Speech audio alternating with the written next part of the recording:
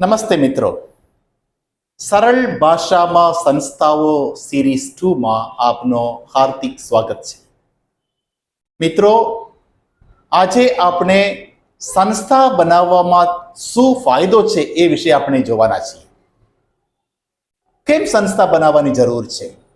આપણે સમાજમાં ઘણું બધું સારું કાર્ય કરીએ છીએ, ઘણા બધા સારા કામો કરીએ છીએ, પણ તમારે કાયદાની અંદર રહીને કાયદાની જે સુરક્ષિત રીતે તમારે કામ કરવા માટે એક ઉત્તમ સાધન છે, ઉત્તમ સારો સાધન છે એ સંસ્થા છે.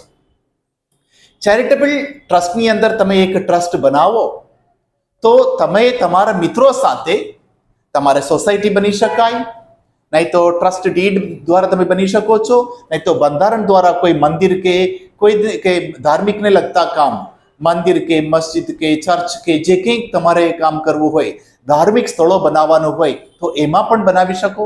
અને એમાં ઘણા બધા તમને એવું લાગે કે ઘણા બધા મિત્રો જોડાવી શકે તો એમને પણ સાથે લઈને તમે કરાવી શકો.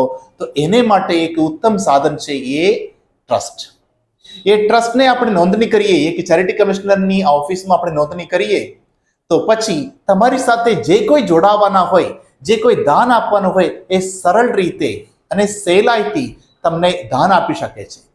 દાન આપવાથી તમે વ્યક્તિગત રીતે કરો તો તમારે કર મુક્તિ નહીં મળવાના, ટેક્સ એક્સેમ્પશન નહીં મળવાના. જ્યારે તમે સંસ્થા બનાવીને સંસ્થા દ્વારા તમે કરવા માંગો તો તમારે ટેક્સ એક્સેમ્પશન મળશે, ટેક્સમાંથી મુક્તિ મળશે. ફક્ત તમને નથી, તમને જે દાન આપે છે એમને પણ ટેક્સમાંથી મુક્તિ મળે છે. અને મિત્રો, આમાં તમારે સાથે મળીને કે સારો વિચાર લઈને તમે કામ કરવા માટેનો એક ઉત્તમ સારો માર્ગ છે એ સંસ્થા, એ ટ્રસ્ટ. ટ્રસ્ટ દ્વારા તમે હોસ્પિટલ ખોલી શકો, શૈક્ષણિક સંસ્થાઓ ખોલી શકો, કોલેજ ખોલી શકો, કોચિંગ ક્લાસ ચલાવી શકો, કોઈ બી તમને લાગતા જે કંઈ સારા કામો કરવા માટેનું એક ઉત્તમ સારો સાધન છે એ સંસ્થા છે. તો ચાલો, તમારે કોઈ બી ક્વેરીઝ આને લગતા કોઈ બી ક્વેરીઝ હોય તો તમે ચોક્કસ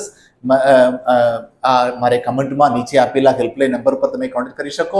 ચોક્કસ આપણે મદદ કરીશું. God bless you. Thank you.